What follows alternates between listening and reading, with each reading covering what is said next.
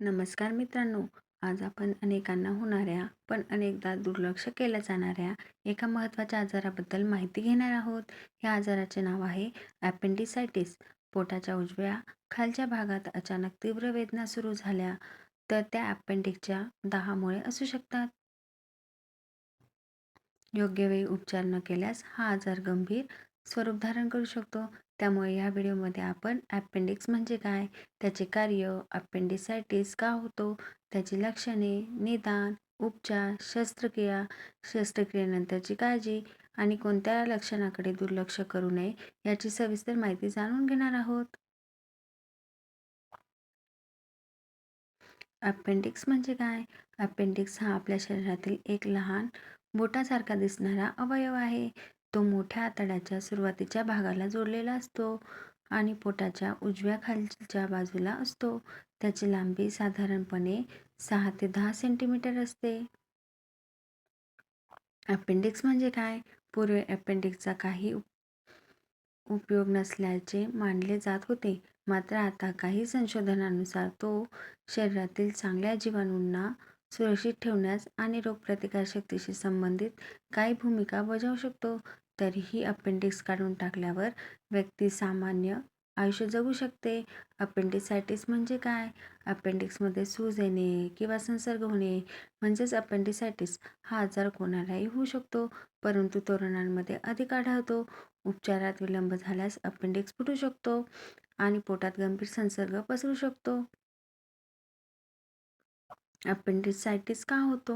अपेंडिक्सच्या आत अडथळा निर्माण झाल्यावर त्यामध्ये जंतू वाढू लागतात. त्यामुळे सूज आणि संसर्ग होतो. यामागील कारणे: मलाचा छोटा कठीण तुकडा अडकणे, जंतू संसर्ग, लिम्फ टिश्यू सुजणे, क्वचित परजीवी किंवा इतर अडथळे. सुरुवातीची लक्षणे: अपेंडिसायटिसची लक्षणे प्रत्येक व्यक्तीत थोडी वेगळी असू शकतात. बेंबीभोवती दुखणे सुरू होणे, काही तासांनी वेदना उजव्या खालच्या पोटात जाणे, चालताना, खोकताना किंवा हसताना वेदना वाढणे, खूप भूक न लागणे, मळमळ किंवा उलटी, सौम्य ते मध्यम ताप, पोट फुगल्यासारखे वाटणे, बद्धकोष्ठता किंवा जुलाब. कोणत्या लक्षणांकडे दुर्लक्ष करू नये? जर वेदना सतत वाढत असतील, ताप येत असेल, वारंवार उलट्या होत असतील किंवा पोटाला हात लावताच खूप वेदना होत असतील, तर त्वरित डॉक्टरांकडे जावे. अपेंडिक्स फुटल्यास काय होते? उपचार उशिरा झाल्यास अपेंडिक्स फुटू शकतो. त्यानंतर पू आणि जंतू पोटात पसरतात. यामुळे गंभीर संसर्ग होऊ शकतो. अशा परिस्थितीत रुग्णाला तातडीने शस्त्रक्रिया आणि रुग्णालयात उपचाराची गरज असते.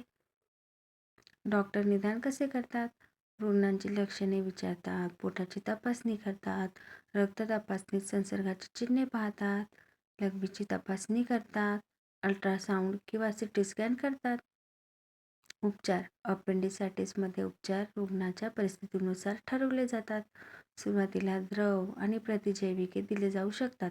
बहुतेक रुग्णांमध्ये अपेंडिक्स काढण्याची शस्त्रक्रिया करावी लागते.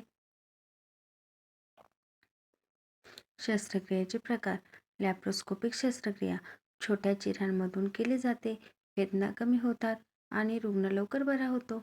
ओपन शस्त्रक्रिया: अपेंडिक्स फुटले असल्यास किंवा संसर्ग जास्त असल्यास मोठ्या चिरा देऊन शस्त्रक्रिया केली जाऊ शकते.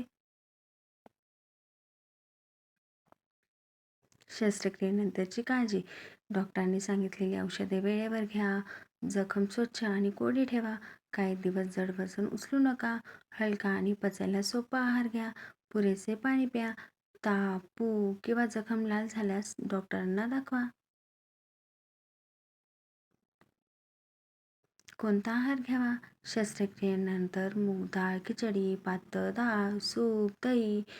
डॉक्टरांनी परवानगी दिल्यास फळे, भरपूर पाणी, काही दिवस तळलेले, तेलकट आणि मसालेदार पदार्थ टाळावेत. अपेंडिसायटिस टाळता येतो का? अपेंडिसायटिस पूर्णपणे टाळण्याचा निश्चित मार्ग नाही. मात्र संतुलित आहार, फायबरयुक्त पदार्थ, फळे, भाज्या आणि पुरेसे पाणी घेतल्याने पचन चांगले राहण्यास मदत होऊ शकते.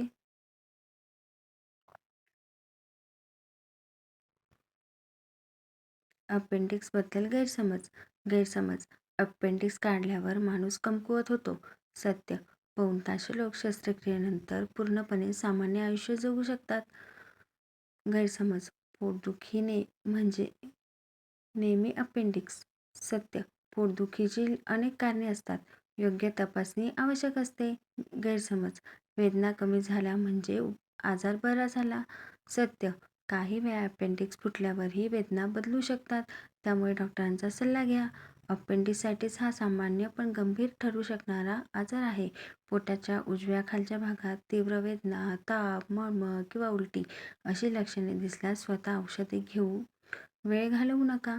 योग्य वेळी डॉक्टरांकडे गेल्यास उपचार यशस्वी होतात आणि रुग्ण लवकर बरा होतो.